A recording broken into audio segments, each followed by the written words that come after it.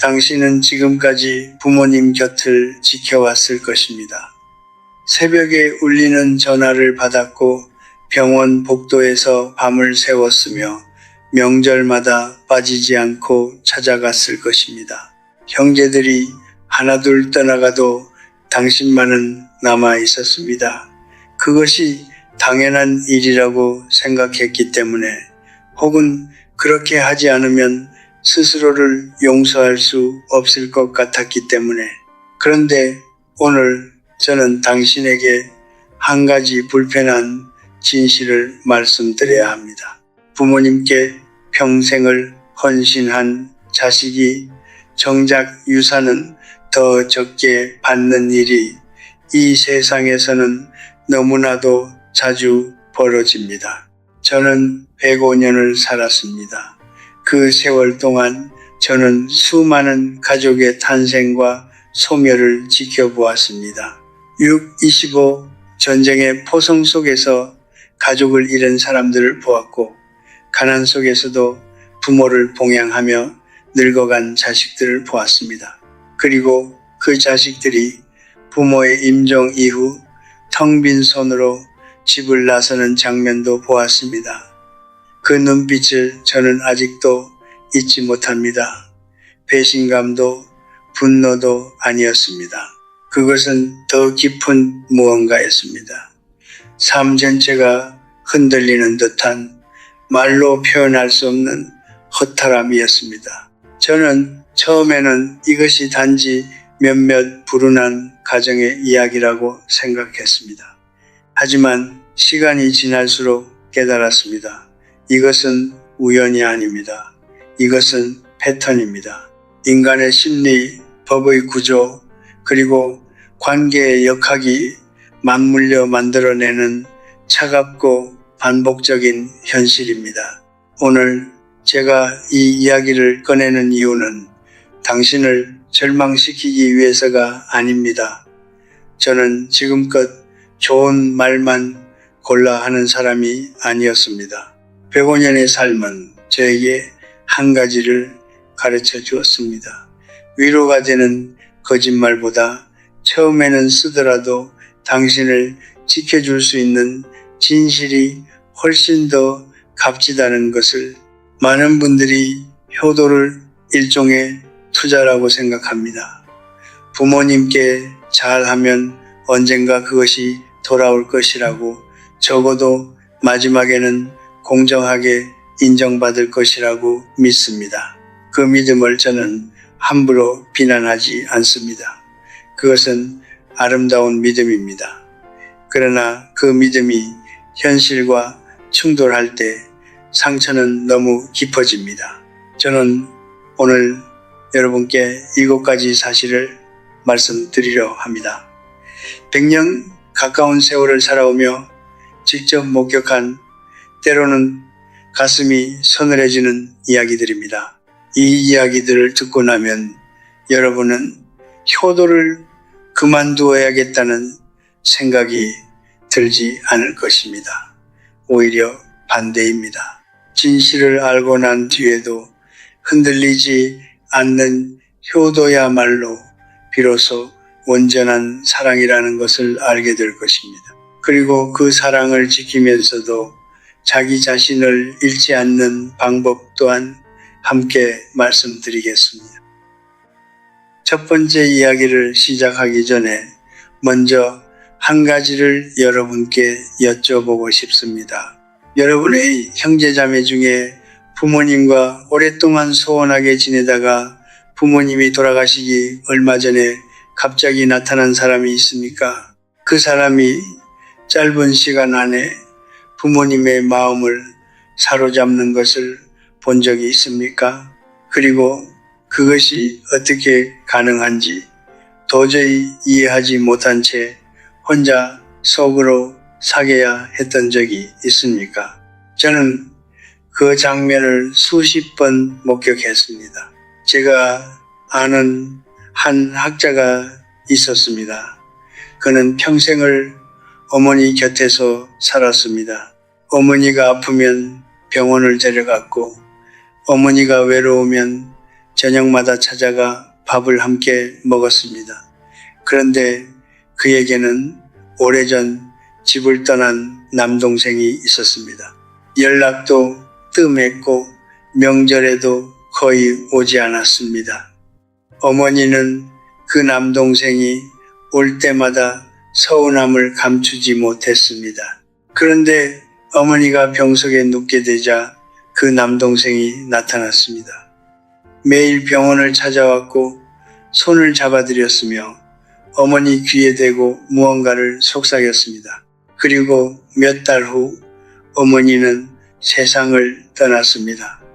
유언장에는 두 형제에게 동등한 재산이 돌아가도록 적혀 있었습니다. 아니, 정확하게 말하면 남동생 쪽에 조금 더 많이 기울어져 있었습니다. 그 학자는 저에게 조용히 물었습니다. 교수님, 어머니는 저를 사랑하지 않으셨던 걸까요? 저는 한참 동안 말이 없었습니다. 그리고 이렇게 대답했습니다. 아니네. 자네 어머니는 자네를 사랑했네.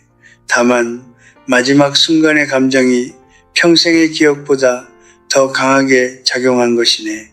인간은 나이가 들수록 고독해집니다. 젊을 때는 스스로 바깥 세계로 나아갈 수 있지만 몸이 쇠약해지고 세상과의 연결이 하나씩 끊어지기 시작하면 사람은 점점 더 작은 온기에도 크게 반응하게 됩니다. 노년의 외로움은 젊은 사람들이 상상하는 것과 다릅니다. 그것은 단순히 심심한 것이 아닙니다. 그것은 자신이 세상에서 점점 지워지고 있다는 공포와 맞닿아 있습니다. 그 공포 앞에서 오랫동안 보지 못했던 자식이 갑자기 나타나 손을 잡아준다면 그 순간의 충격과 감동은 우리가 생각하는 것보다 훨씬 강렬합니다. 이것은 변덕이 아닙니다. 이것은 인간의 본성입니다. 두 번째, 진실은 더욱 이해하기 어렵지만 알고 나면 오히려 마음이 놓이는 진실입니다. 부모는 자신이 소홀히 했던 자식에게 더 많은 것을 남기려 합니다. 그것은 그 자식을 더 사랑해서가 아닙니다. 그것은 미안함 때문입니다. 인간은 죽음을 앞두고 자신의 삶을 정산하려 합니다. 잘못한 것들을 바로잡고 빚진 감정을 해소하고 싶어 합니다. 그리고 오랫동안 멀리했던 자식은 부모의 마음속에 오래된 빚처럼 남아 있습니다. 반면에 곁에서 헌신해온 자식은 어떻습니까? 부모의 마음속에서 그 자식은 이미 충분히 받은 사람으로 여겨질 수 있습니다. 물질적으로가 아니라 함께한 시간으로, 나눈 대화로, 쌓인 신뢰로 부모는 무의식 중에 이렇게 생각합니다. 저 아이는 괜찮아. 저 아이는 나를 이해해 줄 거야. 그 믿음이 오히려 헌신한 자식에게 불리하게 작용하는 것입니다. 저는 지금 부모님을 탓하는 것이 아닙니다. 저도 부모였고 저도 완벽하지 않았습니다. 사람은 누구나 자신의 죄책감과 두려움 앞에서 흔들립니다.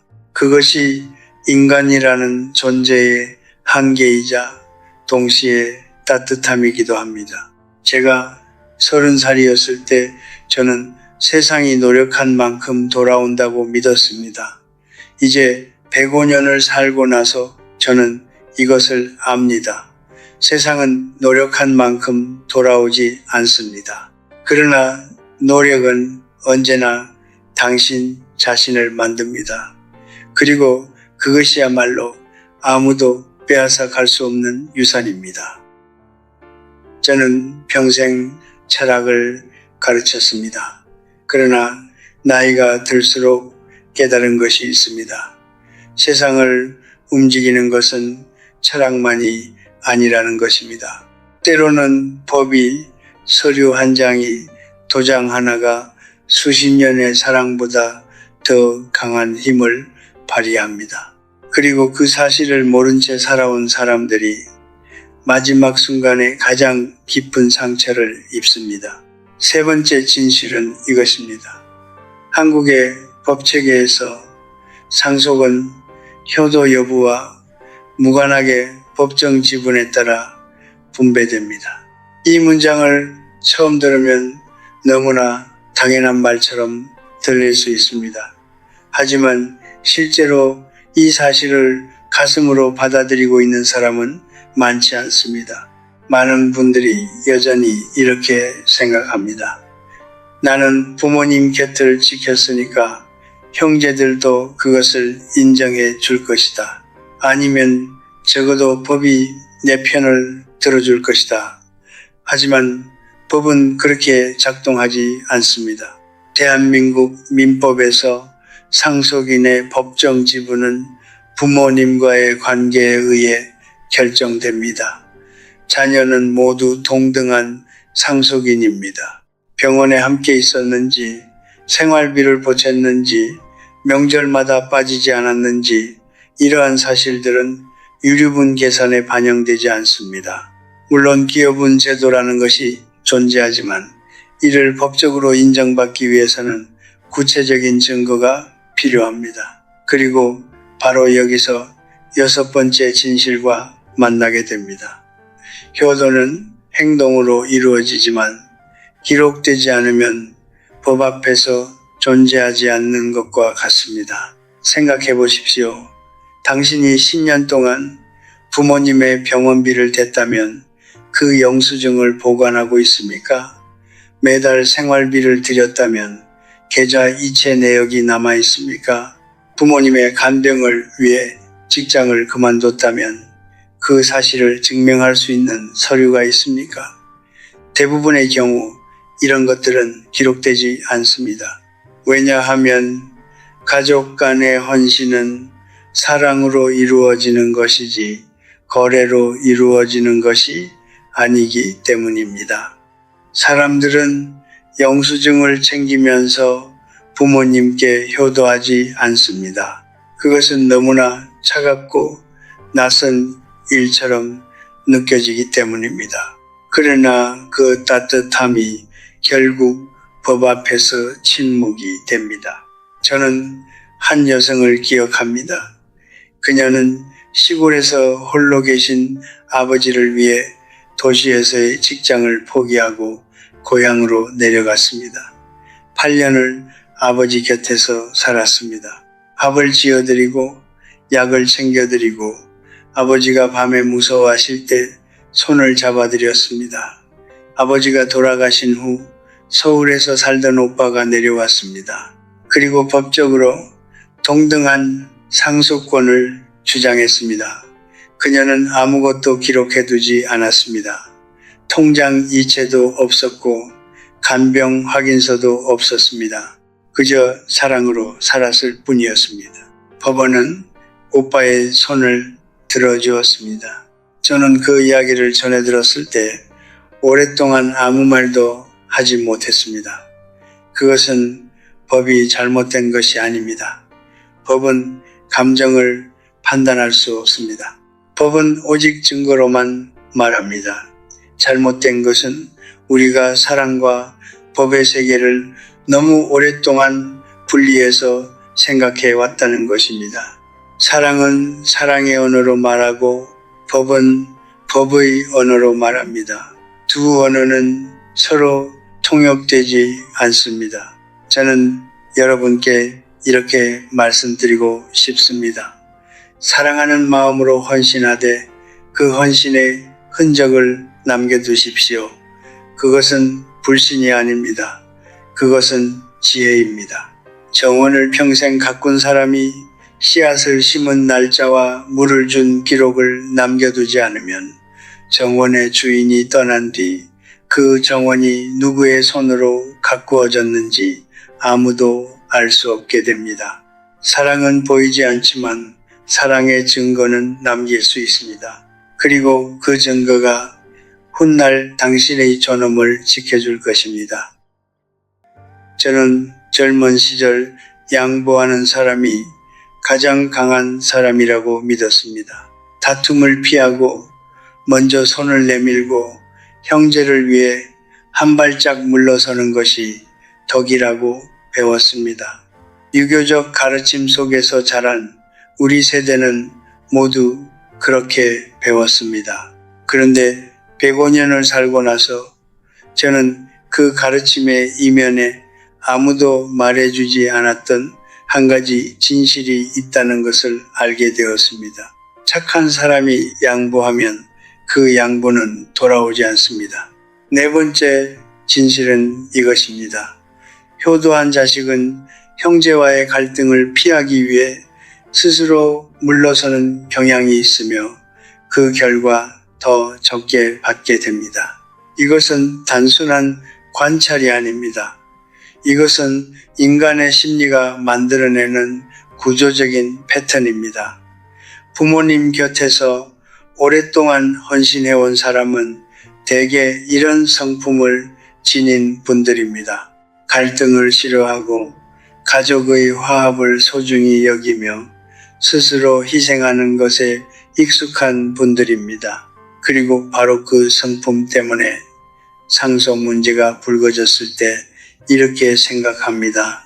내가 이것 때문에 형제와 싸울 수는 없다. 부모님도 원하지 않으실 것이다.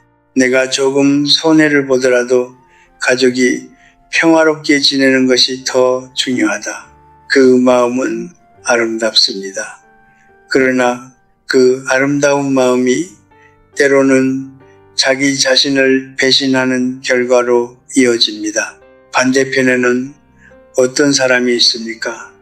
부모님 곁을 지키지 않았던 사람, 오랫동안 연락을 끊었던 사람, 명절마다 핑계를 댔던 사람, 그 사람은 역설적으로 잃을 것이 없습니다. 죄책감도 있고 어쩌면 미안함도 있겠지만 그 감정이 오히려 그를 더 강하게 만듭니다. 그는 주저하지 않고 자신의 몫을 요구합니다. 왜냐하면 그에게는 지켜야 할 관계의 이미지가 없기 때문입니다. 이미 나쁜 자식이었으니 더 나빠질 것도 없다고 생각합니다. 결국 선한 사람이 물러서고 뻔뻔한 사람이 전진합니다. 다섯 번째 진실은 더욱 미묘합니다. 부모님 스스로도 모든 자식에게 공평하게 나눠주고 싶어하는 본능이 있습니다. 이것은 의식적인 결정이 아닌 경우가 많습니다. 부모의 마음속 깊은 곳에는 자식들 사이에서 누군가를 더 사랑했다는 죄책감을 남기고 싶지 않다는 두려움이 있습니다. 그래서 현실적인 공헌의 차이가 있더라도 마지막 순간에는 균등하게 나누려는 쪽으로 마음이 기울게 됩니다. 이것을 저는 평등 본능이라고 부릅니다. 그러나 이 평등 본능은 진정한 공평함이 아닙니다. 10년을 함께 산 자식과 10년을 떠나 있던 자식에게 똑같은 몫을 주는 것은 겉으로 보기에는 평등하지만 실질적으로는 불평등입니다. 그것은 헌신의 무게를 지워버리는 행위입니다. 그러나 부모님은 그것을 알면서도 그렇게 하지 않으면 마음이 편하지 않습니다. 자식들 사이에서 심판관이 되고 싶지 않기 때문입니다. 저는 이것을 비판하는 것이 아닙니다. 부모의 마음이 얼마나 복잡한지 저는 누구보다 잘 압니다. 자식들을 키우면서 나도 모르게 어느 한쪽에게 더 많은 것을 주었다가 또 죄책감에 다른 쪽에게 더 많은 것을 챙겨 주었던 기억이 있습니다. 그것이 인간입니다. 완벽하게 공정한 부모는 존재하지 않습니다. 그리고 자식 역시 부모를 완벽하게 이해할 수 없습니다. 제가 40대였을 때 저는 양보가 덕이라고 생각했습니다. 지금은 이렇게 생각합니다. 양보는 덕이 될 수 있습니다. 그러나 양보가 습관이 되고 자기 자신을 지우는 방식이 되었을 때 그것은 더 이상 덕이 아닙니다. 그것은 스스로에 대한 방기입니다. 진정한 선함은 자신을 희생하는 것이 아닙니다. 자신을 지키면서도 다른 사람을 배려하는 것입니다. 그 균형을 찾는 것이야말로 어쩌면 한 인간이 일생 동안 배워야 할 가장 어려운 기술일지도 모릅니다. 당신이 지금껏 물러서 왔다면 저는 당신을 탓하지 않습니다. 당신은 그렇게 살도록 배웠습니다. 그러나 이제부터는 조금 다르게 생각해도 괜찮습니다. 당신의 몫을 지키는 것은 탐욕이 아닙니다. 그것은 당신이 살아온 삶에 대한 존중입니다. 지금까지 저는 심리와 법의 이야기를 했습니다. 이번에는 조금 더 현실적인 어쩌면 가장 불편한 이야기를 해야 할 것 같습니다. 저는 이 이야기를 꺼낼 때마다 잠시 망설입니다. 왜냐하면 이것은 가족을 적으로 바라보게 만드는 이야기가 아니라 세상이 실제로 어떻게 돌아가는지를 냉정하게 바라보게 하는 이야기이기 때문입니다. 그리고 그 냉정한 시선이야말로 때로는 당신을 지켜주는 가장 강한 힘이 됩니다. 7번째 진실은 이것입니다. 감언 이설과 문서 전략에 능한 자식이 유언장 작성 단계에서 유리한 위치를 선점합니다. 저는 오래전 한 노신사의 임종을 곁에서 지켜본 일이 있습니다. 그는 슬하에 세 자녀를 두었는데 큰아들은 평생 아버지 곁에서 가업을 도왔고 둘째 딸은 멀리 살면서도 틈틈이 안부를 전했으며 막내 아들은 젊은 시절부터 집을 떠나 오랫동안 연락이 뜸했습니다. 그런데 아버지가 병석에 눕자 막내 아들이 돌아왔습니다. 그는 말이 유창했습니다. 아버지 앞에서 눈물을 흘릴 줄 알았고 지난날의 잘못을 뉘우치는 듯한 말을 능숙하게 늘어놓았습니다. 그리고 조용히 아버지의 변호사를 소개받았습니다. 공증된 유언장이 작성되었을 때 그 안에는 막내 아들에게 유리한 조항들이 조심스럽게 담겨 있었습니다. 큰아들은 아무것도 몰랐습니다. 그는 그 시간에도 아버지의 약을 챙기고 병원 스케줄을 관리하고 있었습니다. 저는 이 이야기를 통해 누군가를 악인으로 만들고 싶지 않습니다. 막내 아들이 처음부터 계획을 세운 것인지 아니면 본능적으로 움직인 것인지 저는 알 수 없습니다. 다만 제가 알게 된 것은 세상에는 감정을 언어로 바꾸는데 능숙한 사람이 있다는 것입니다. 그리고 그 능숙함이 법적 절차와 만났을 때 강력한 힘을 발휘한다는 것입니다. 유언장은 감정이 가장 고조된 순간에 작성되는 경우가 많습니다. 병석에 누운 부모님 곁에서 죽음을 앞둔 두려움과 후회와 사랑이 뒤엉킨 순간에 그 순간 가장 가까이 있는 사람이 가장 많은 영향을 미칩니다. 법적으로 유효한 유언장 하나가 수십 년의 헌신보다 더 강한 효력을 가집니다. 이것이 냉혹한 현실입니다. 그렇다면 우리는 어떻게 해야 합니까? 저는 여기서 한 가지 원칙을 말씀드리고 싶습니다. 저는 이것을 고슴도치의 법칙이라고 부릅니다. 고슴도치는 추운 겨울 서로의 온기가 필요해 가까이 다가갑니다. 그러나 너무 가까이 다가가면 서로의 가시에 찔립니다.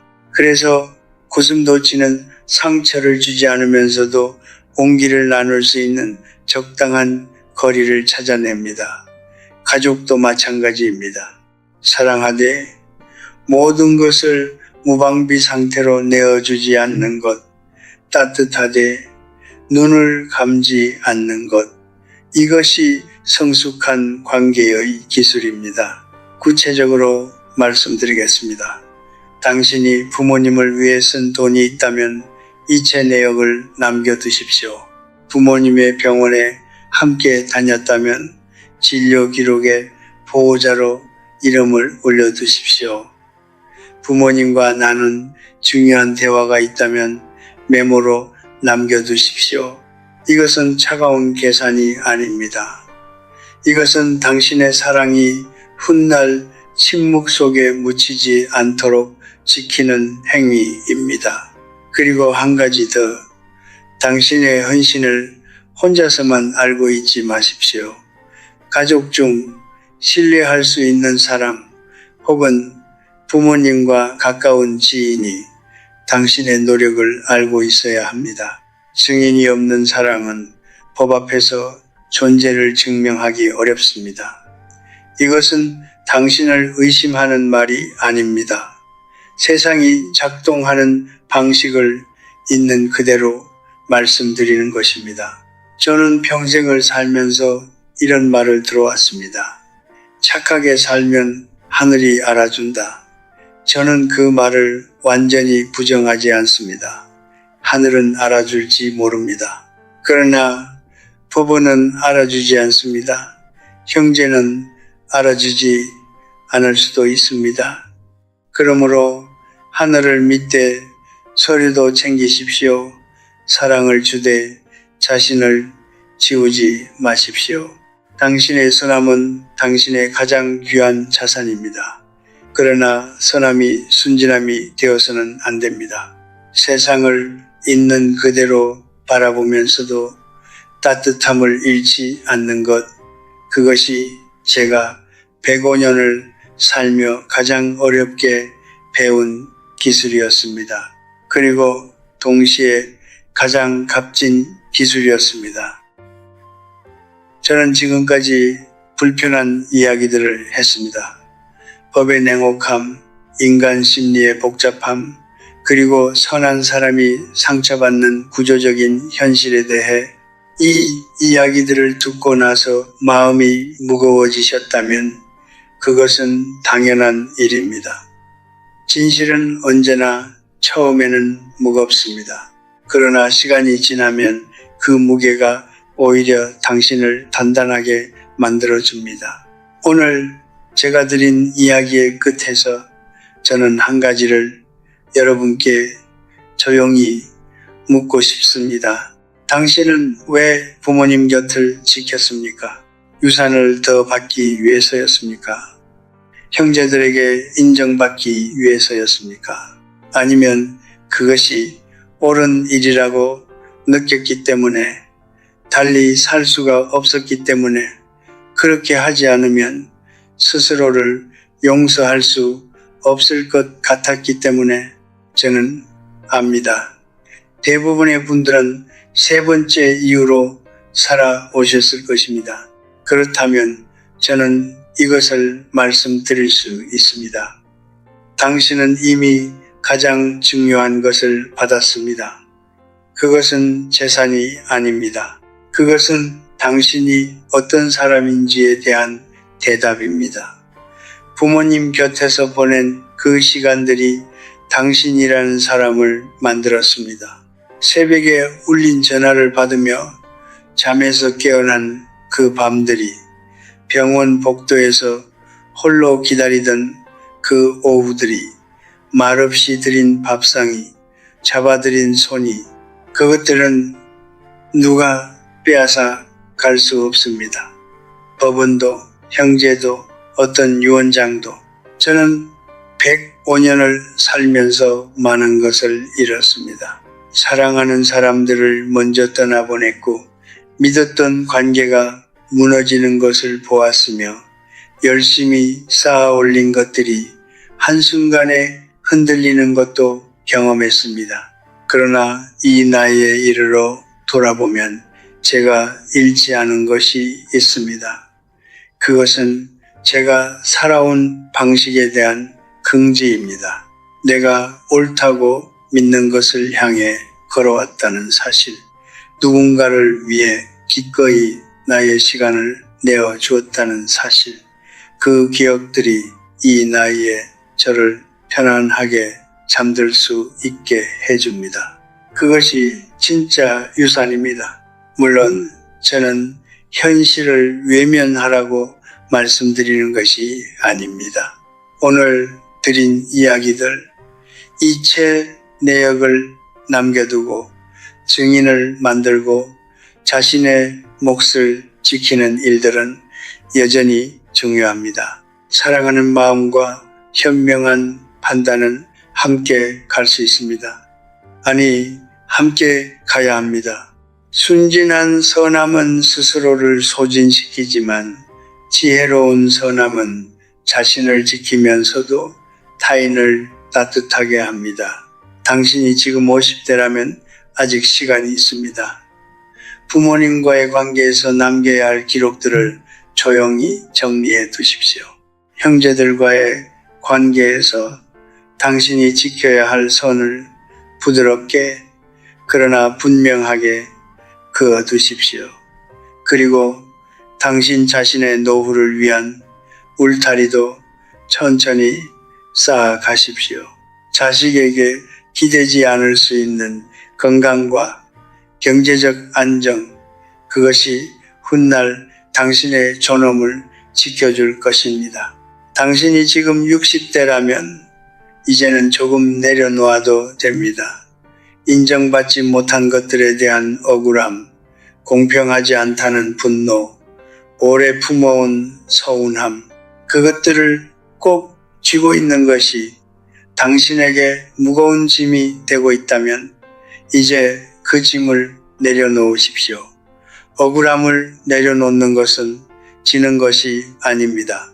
그것은 더 이상 그 일이 당신의 평화를 지배하게 두지 않겠다는 선언입니다. 그리고 당신이 어떤 나이에 있든 이것만은 기억해 주십시오. 효도는 보상을 위한 것이 아닙니다. 효도는 당신이 어떤 사람인지를 드러내는 행위입니다. 받는 것이 목적이었다면 그것은 거래입니다. 아무것도 돌아오지 않아도 그렇게 살 수밖에 없었다면 그것이 비로소 사랑입니다. 저는 이제 많은 날이 남지 않았습니다. 그러나 두렵지 않습니다. 내가 살아온 날들이 부끄럽지 않기 때문입니다. 사랑했고 고민했고 때로는 틀렸고 그래도 다시 일어났습니다. 그것으로 충분합니다. 여러분의 남은 날들이 고요하고 따뜻하기를 바랍니다. 인정받지 못한 헌신들이 흠으로 끝나지 않기를 바랍니다. 그리고 무엇보다 당신이 당신 자신을 잃지 않기를 바랍니다. 삶은 요란한 축제가 아닙니다. 삶은 조용한 걸음의 연속입니다. 그 걸음 하나하나가 당신이라는 사람을 만들어 갑니다. 오늘도 그 걸음을 멈추지 마십시오.